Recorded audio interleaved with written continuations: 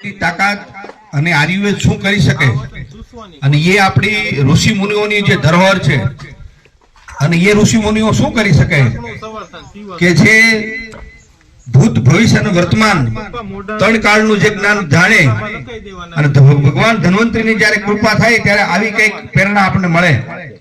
દેલવાડા તરફથી આ બધા યુવાન જે કઈ કેમ્પનું આયોજન કરી રહ્યા છે રામદેવ યુવક મંડળ, એમને હું અર્જુન નંદગીરી મહારાજ પેલા તો ખૂબ ખૂબ સાધુવાદ પાઠવું છું અને આવીને આવી કામ કરતા રહે.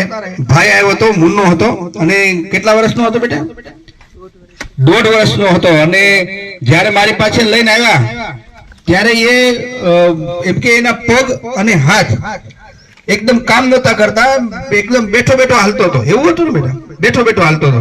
હે હાલતો જ નતો, હાલતો જ નતો. હા, હાલતો જ નતો. અને આપણે એમની દવા ચાલુ કરાવી.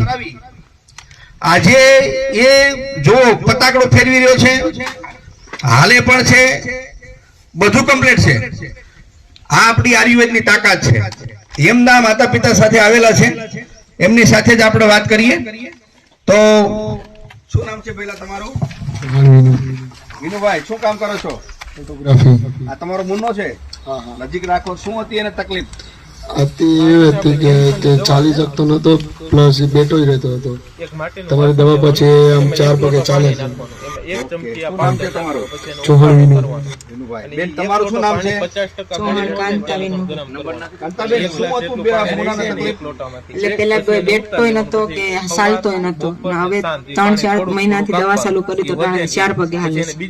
અરે વાહ, સરસ. તો બેન નું એવું કહેવાનું છે કે પેલા એ બેઠી પણ નતો શકતો, ચાલી પણ નતો શકતો અને આજે એ હાલી પણ શકે છે. આ આપણી આયુર્વેદની તાકાત છે. અમારું કેન્સર મુક્ત અભિયાન જે છે એની અંદર અમે ફક્ત કેન્સર ના જ ઓડિયો વિડિયો અને કઈ પણ વાયરલ કરીએ છીએ. આવા કરીએ તો ઢગલો થઈ જાય. હું અર્જુન નંદગીરી મહારાજ છું બાપુ. આવા વિડીયો જો વાયરલ કરવા માંડીને તો ઢગલો થઈ જાય એવા વિડીયો મારી પાસે છે. પણ આ એક નાનું બાળક છે અને એ બાળકની જે બીમારી હતી એની મને ખબર હતી અને એની પાસે કોઈ ઈલાજ નતો અને અમારી દવાથી આજે સારું થયું છે. શ્રી પંચદશનામ જૂના અખાડા, હું વેદ અર્જુન નંદગીરી મહારાજ મારા ગુરુને પણ ખૂબ ખૂબ સાધુવાદ પાઠવું છું. નમો નારાયણ.